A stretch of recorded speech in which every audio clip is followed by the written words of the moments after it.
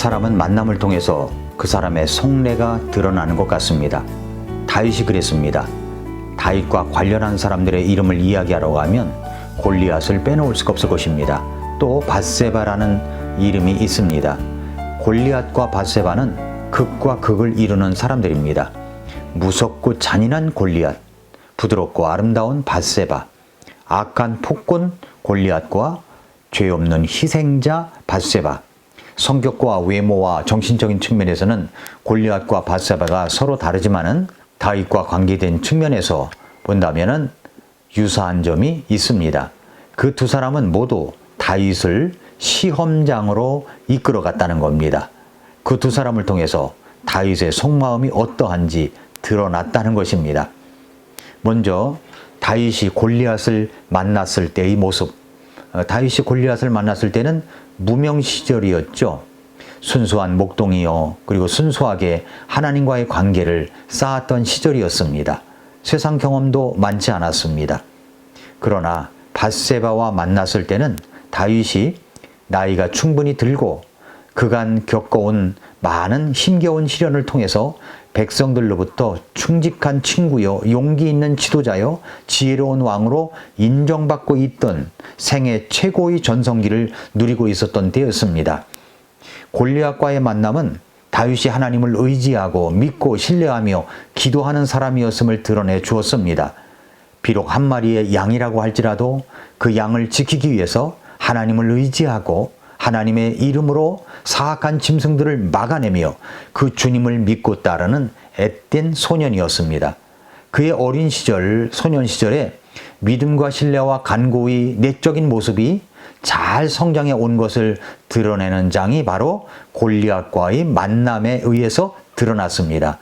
그가 싸움을 시작하면서 던졌던 멋진 카피같이 베끼고 싶은 말, 너는 칼과 창과 방패를 가지고 내게 오지만 나는 네가 도전한 이스라엘 군대의 하나님, 곧 군대의 주의 이름으로 내게 가노라. 사무엘상 17장 45절에 그런 말씀이 나와 있죠. 예, 그 도전과 선언, 정말로 용감하고 멋진 다윗의 모습이 골리앗을 통해서 드러난 것입니다. 그런데 이제 밧세바의 만남이 있습니다. 다윗이 밧세바와의 만남을 통해서는 그의 속에 잠자고 있던 욕정, 정욕이 드러났습니다. 대개의 경우에 죄라고 하는 것은 내가 안정이 되었다고 할 때, 먹고 살만하다고 할 때, 좀 모든 것이 익숙하다고 할 때 찾아오는 것임을 깨닫게 됩니다. 그러나 이 밧세바와의 만남을 통해서 다윗은 넘어지긴 하였지만 여전히 하나님은 그의 전부이시며 그의 모든 것이라는 사실을 재발견하고 회복합니다. 사람은 넘어질 수 있다고 생각합니다. 때로는 잘 나가다가 교만하고 욕심 많은 마음이 작동하여 하나님을 거역할 수 있습니다. 그러나 그 다음이 중요합니다. 그럼에도 불구하고 여전히 하나님은 나의 하나님이신가 하는 겁니다. 다윗이 범죄한 사건을 보면 흥미로운 단어가 있습니다. 그것은 바로 보내다라는 단어입니다. 보내다라는 단어. 보내다라는 단어는 중립적인 단어죠. 그러나 다윗이 이것을 어떻게 사용하였으며 하나님께서 또 어떻게 사용하시는지를 보내다라는 단어를 통해서 잘 관찰해 보시기 바랍니다. 사무엘하 11장 1절에 보면은 그 해가 지나고 왕들이 싸우러 나갈 때 다윗이 요압과 또 그와 함께하는 자기 신하들과 온 이스라엘을 보내니라고 되어 있습니다. 여기 보내니라는 단어는 히브리어로 살라흐라는 말인데 의도적으로 결정을 해서 보내고 위임한 것, 자기가 나가야 되는데 나가지 않고 보내기만 한 그것을 말합니다. 그리고 나서 이제 다윗이 저녁 무렵 일어나가지고 왕궁위를 이렇게 거닐다가 목욕하는 밧세바를 봅니다. 그리고 어떻게 합니까? 사무엘하 11장 3절에 다윗이 사람을 보내어, 여기 보내다라는 단어가 또 나옵니다. 그 여인에 대해서 알아보게 합니다. 신하들이 밧세바가 누구인가를 이야기하자 이번엔 또 다윗이 11장 4절에 보니까 사자들을 보내어 그녀를 데려오게 하였습니다. 그러니까 다윗은 계속적으로 자기의 게으름과 욕정을 위해서 힘 있는 사람의 모습, 권력을 휘두르는 사람의 모습으로 연결된 이 보내다라는 단어를 사용합니다. 다윗은 자기의 힘을 이용해서 자기의 욕심을 채우려고 하고 자기가 범한 죄를 은폐하려고 시도합니다.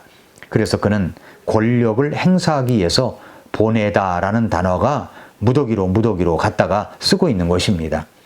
사무엘하 11장 6절에 보니까 다윗이 요압에게 사람을 보내어 이르기를 헷족속 우리아를 내게 보내라 하매 요압이 우리아를 다윗에게로 보내니, 여기 계속 보내다라는 단어가 나오죠. 다윗은 간음을 저지르고 나서 밧세바가 임신을 하였다는 소식을 듣자 요압에게 사람을 보내어 우리아를 자기에게로 보내라고 하니까 요압이 보냅니다. 다윗은 우리아를 밧세바와 동침하게 만들어 자기로부터 생긴 아이가 아니라 우리아의 아기라는 것으로 은폐를 시도하려고 했던 것입니다. 그러나 뜻을 이루지 못하자 이번에는 11장 14절에서 아침에 다윗이 요압에게 편지를 써서 우리아의 손에 보냅니다. 여기 또 보내다라는 단어가 나오죠. 그 편지의 내용대로 우리아는 깊은 전쟁의 최전방에서 죽습니다.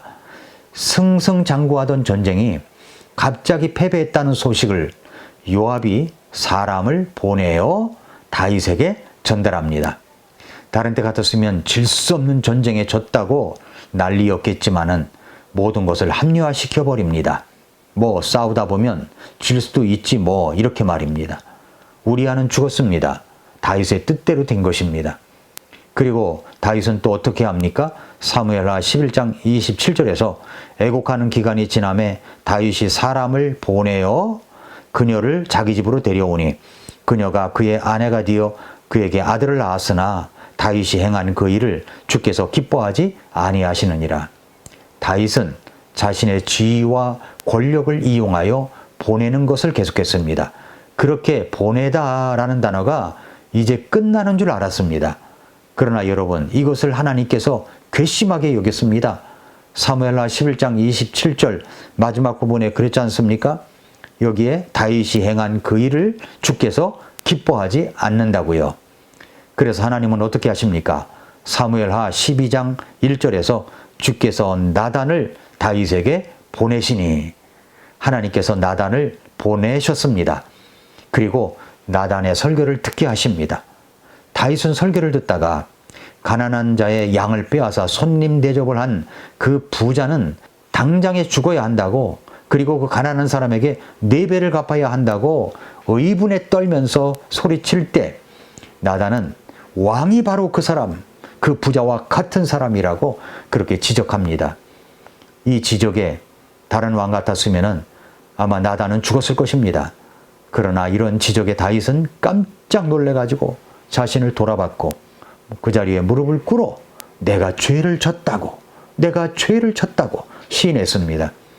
나는 내가 가지고 있는 돈과 권력을 이용하여 나의 욕심과 욕정과 사욕을 채우기 위해서 내가 가지고 있는 것을 보냅니다. 그렇게 보낸 결과는 죄악에 참혹한 모습입니다. 그러나 하나님께서는 그러한 나를 깨우치기 위해서 하나님의 사람을 보내십니다. 설교 말씀을 보내십니다.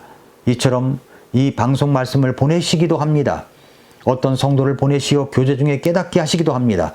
근래에 일어난 나라 안팎에 일어난 일들, 또 북한의 핵실험, 또 우크라이나 전쟁 등을 통해서 우리를 깨우치시기도 합니다.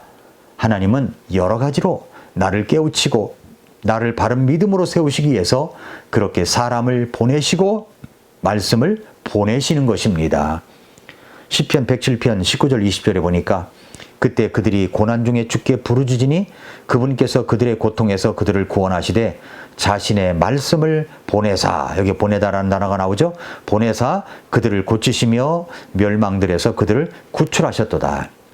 주님이 우리에게 보내시는 것이 있습니다. 주님은 말씀을 보내어 우리를 고치십니다. 어떤 사람을 통해서 깨닫게 하시는 그 말씀을 통해서 나를 바로잡아 주십니다.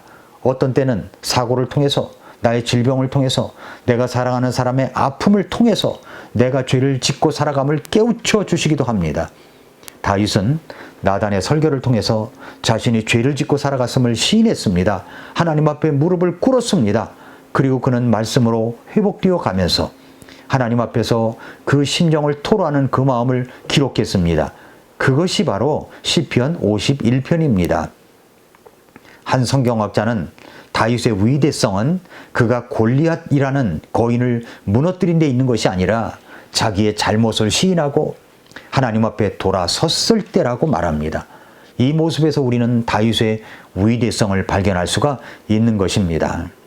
다윗은 참으로 뼈아픈 마음으로 자기의 죄를 인정하면서 하나님 앞에 돌아오는 이 뼈아픈 고통스러운 경험의 순간을 통과하지 않으면 안 되었습니다. 그런 다윗의 마음을 깊이 알기 위해서 우리는 시편 51편을 읽어야 됩니다. 표제어는 이렇게 써 있습니다. 악장에게 준 다윗의 시, 그가 밧세바에게로 들어간 뒤에 대언자 나단이 그에게 왔을 때 지은 시라고 되어 있습니다. 사무엘하 12장의 말씀은 다윗이 자신이 죄를 지었다고 한 것만 간단하게 이야기했습니다만 사실 다윗은 하나님께서 나단을 보내사 말씀을 보내사 하나님의 말씀을 주셨을 때 자기 죄를 자복하고 회개하며 구원의 기쁨을 회복시켜 달라고 간절히 기도했습니다. 시편 51편 7절부터 12절에 보니까 옷을 주로 나를 정결하게 하소서 내가 깨끗하게 되리이다. 나를 씻기소서 내가 눈보다 더 희게 되리이다. 내가 기쁨과 즐거움의 소리를 듣게 하사 주께서 꺾으신 뼈들이 기뻐하게 하소서. 주의 얼굴을 내 죄들에서 가리시고 내 모든 불법들을 지워주소서. 오 하나님이여 내 안에 깨끗한 마음을 창조하시고 내 속에 올바른 영을 새롭게 하소서. 나를 주의 얼굴 앞에서 쫓아내지 마시고 주의 거룩한 영을 내게서 거두지 마소서. 주의 구원의 기쁨을 내게 회복시켜 주시고 주의 자유로운 영으로 나를 떠받쳐 주소서. 사랑하는 성도 여러분, 하나님은 내가 잘못하고 있을 때 누군가를 보내십니다. 그리고 잘못된 죄에서 돌이키기를 촉구하십니다. 여러분은 어떻습니까? 하나님이 저와 여러분에게 무엇을 보내셨습니까? 네, 하나님의 말씀을 보내셨습니다. 그렇게 말씀을 보내어 나를 죄에서 돌이키게 하시고 말씀하시는 그 말씀을 깨닫고 구원의 기쁨을 회복시켜 주십니다. 내가 죄를 지으면 구원의 기쁨을 잃어버립니다. 구원의 기쁨이 희미하게 됩니다. 그러나 하나님께서는 말씀을 보내어 나를 고치시기를 원하십니다. 그렇다면 내가 그 구원의 기쁨을 회복시켜야 하지 않겠습니까? 주님 앞에 나와서 다윗처럼 자복하고 돌아서야 되지 않겠습니까? 오늘도 미라클 모닝입니다.